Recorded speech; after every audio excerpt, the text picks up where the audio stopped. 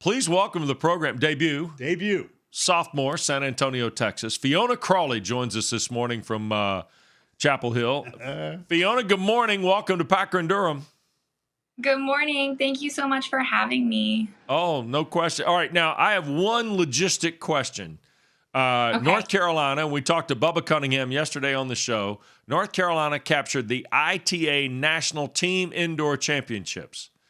Now, and I remarked to Packer, they play this in Madison, Wisconsin.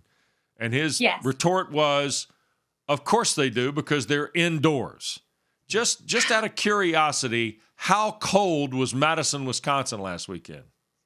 It was pretty cold, I'm not going to lie. The 9 a.m. start times were pretty brutal, but luckily we just had to make it from our hotel to the van and then the van to inside the tennis center. But it was zero. It was 0 or 3 degrees some mornings. My computer said when I was up doing school before I was like, oh, I'm happy I'm inside right now. Yeah, well, the North Pole was being used, so they decided to put you folks in Madison. That's how that works for that indoor tennis thing. But, hey, you know, winning national championships is kind of getting old, isn't it? I mean, you show up and, hey, back-to-back. How does that feel? I mean, that's got to be pretty cool, though. It feels amazing. You don't get used to that feeling. You really don't. It surprises me every single year that my team, our fight, the coaches, the support, it's a feeling that doesn't get old for sure. That's why we love doing it. Right. But this one was a little different, though, wasn't it? I mean, you had to grind through this one. This was, at times, it didn't look good in the championship. But you know what? Championship teams find ways to win. Yeah, we all had to clap our hands to Oklahoma. It was their first time at a national indoor championship, and they came out to perform, and they definitely pushed us. And we had to bring our best, but that's something that my team is really good at doing. Fiona, in this way, I mean, you go up there and in consecutive days, you go 4-1, 4-1, 4-1 against Ohio State, Virginia, and NC State, by the way, which are all highly regarded programs. And then you win 4-2 against Oklahoma. And I understand there's a fall portion of the season, a winter part of the season, and then obviously you get into spring. What do you learn when you go consecutive days against nationally ranked and highly thought of teams like you see in this event? I mean, you learn that you have to go to bed early, recover, drink a lot of water, eat a good meal. Coach always really prioritizes all of us eating together the night before, having team time, making sure that we're properly fueled. Those matches, when you're out there for 3-4 hours on court, just beating your body down, it's really about recovery and preparation towards the last days. And I feel like fall season, honestly, really prepares you for that, because we were playing 2 or 3 matches in one day instead of just one. So those teams are amazing, and we really had to bring our best and do everything we could. Elizabeth Scotty is your doubles partner. You two as a team are the best in the country. All right, I'm not a tennis expert. My wife has kicked me off the tennis court too many times because she says you just don't know how to hit a tennis ball. So no. I'm just being honest. Yeah, I'm a golf guy, or used to be. So I always put all this spin on it, and it drives her crazy. She says, "I'm done with you. Get lost. Go walk the dogs. Do something else." So singles and doubles. Tell me the advantage of both. What do you like better? Of course, when you're number one in doubles, that's got to feel pretty good. But break that down for us: singles versus doubles. Well, I was not always number one in doubles. I did not play last year, and becoming better at the net has been a struggle of mine for sure. But I follow Scotty, and she really knows what she's doing, and she's confident, and she's a fearless leader, and she's helped me so much grow my doubles game and grow my own confidence at the net. I personally love grinding from the baseline. I'm not really one to always rush the net like Carson, one of our amazing freshmen. She's got that chip and charge locked down. But the net has definitely been new for me. I used to be really afraid of it. I have trauma from my childhood because of my older brother and sister pegging me at the net. But I definitely learned, and experience has for sure helped, and just Scotty's positivity. It's really fun to compete on court with her And as much as I love singles, I feel like I've really grown as a player and a person being able to compete in doubles. Is there a different mentality with doubles than singles? I mean, there has to be, right? I mean, you're combined, you're locked. I mean, you talk about playing on the baseline or playing at the net. I mean, the whole approach has got to change, right? 100%. I would say the biggest struggle for me, I'm a marathoner. If I lose the first set in singles, I'll just keep going. I'm ready. I'm ready for that third set if I drop the first set. But doubles is a sprint. You got to go out hot, stay hot, and finish hot, which is a different mentality.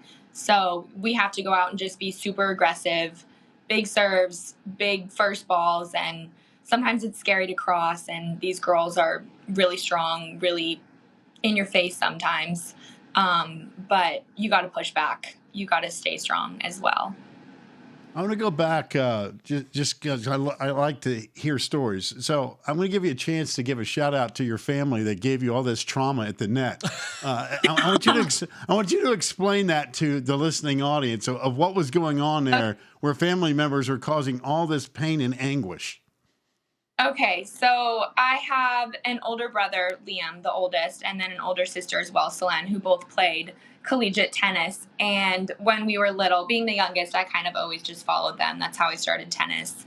But one of their favorite drills to do was Selene and I would be at the net and Liam would be at the baseline. And if they thought that I was being bratty that day, or if I had done anything that they didn't like, Selene would just pop it up and Liam would just rip it right at me. And that went on until they thought that I had learned my lesson. Now, wait, I want to let me back up. You also said that that's how you learned to play tennis. I know that from reading a little bit about you, you learned to play tennis when you lived in Japan between the ages of 6 and 9. So did all this also occur in Japan? I mean, come on now. I mean, this doesn't seem like Liam and Selene are very friendly at all, but I'm hoping the relationship's improved over the years. No, they're my best friends. They're my best friends. I'm making them out to be worse than they are. They've really taught me pretty much everything I know. We have amazing parents, but yes, we grew up for 3 years in Japan. I was the youngest, so I was still pretty young. This happened when we came back, when we moved back to Texas, so I was a little bit older. I was just learning how to have fun playing tennis. That's when it was still a hobby and an after school sport. My sister and I would go from gymnastics to tennis, because we were still kind of doing multiple sports at that time.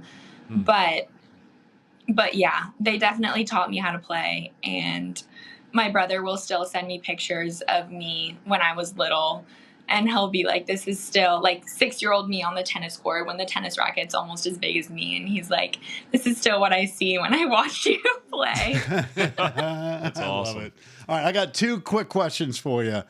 Given your San Antonio roots, you ever been to the Smoke Shack in San Antonio? Yes, I have. All right. Yes, I have. A friend of mine owns it by the name of Chris Conger. Next time you're back, yeah. Good. I mean, really good friend. So next time you get back home to San Antonio, walk in there, drop my name to Chris Conger, and see what kind of freebies you get out of it. All right. That's from me to you. That's it. Packer Durham NIL deal to you, Fiona. All right. I'm just giving that up front. All right. Thank you so much. Thank you. There you go. Pulled grilled cheese on you next time. You got it. Wow. You got it. I like the way you're thinking. Now, here's our final question. And since you're making your debut, we do this for every student athlete. Okay. Since you've been at the University of North Carolina, Fiona, what has been your hardest class? Oh, no. I don't want to call any professors out. Well, okay. They may call you out. They may have called you out, so go right ahead. Okay. If I'm being completely honest, and this Please. is one of the classes that these classes are supposed to kind of introduce you to college and be easier, and so maybe I went in with the wrong mindset, I would have to say my freshman seminar. It's supposed to be a class that you take that's really outside of your comfort zone, something that you just are not familiar with. not aligned with your major. And so I chose, and you pick a list of your top 10 and then you kind of just get put in one based on the openings. And I chose ancient magic and religion. And the readings for that class were so difficult. They were pretty much in ancient Greek, like hieroglyphics. And it was really different, out of my box. I learned a lot, but I had to do some weird things and projects, which was fun, but tough. Ancient magic and religion. Yeah, the beginning of that was really good for me. The magic part. Magic yeah, part. you Well, like the religion magic. part too. Religion. I mean, we're all there, but yeah, that's definitely out of the box, right? Too real for me. It was too. I know that it's supposed to be magical and sound, but it was tough. Okay. All I know is you got hardware. That's all I know. That and free brisket next time you're at the Smoke Shack. There you go. There you go. Fiona, we wish you all the luck. Carolina back in action a week from Friday at Notre Dame. Take care. Great to have you with us. Thank you. Thank you so much for having me. You bet. Good luck the rest of the way. ITA Indoor National Champion.